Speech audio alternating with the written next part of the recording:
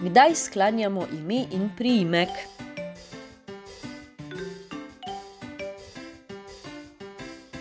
Pri moških poimenovanjih vedno sklanjamo ime in priimek.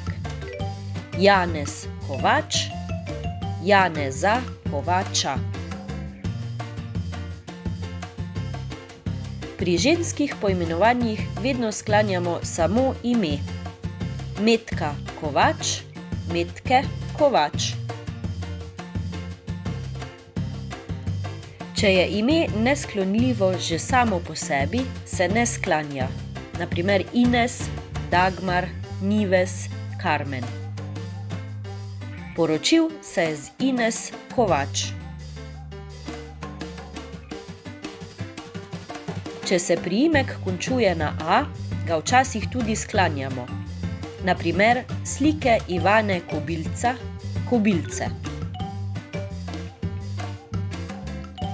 Pri hkratnem navajanju ženskega in moškega imena ob priimku je sklanjanje priimka odvisno od tega, katero ime je bliže priimku. Na primer Agata in Gašper Kovač.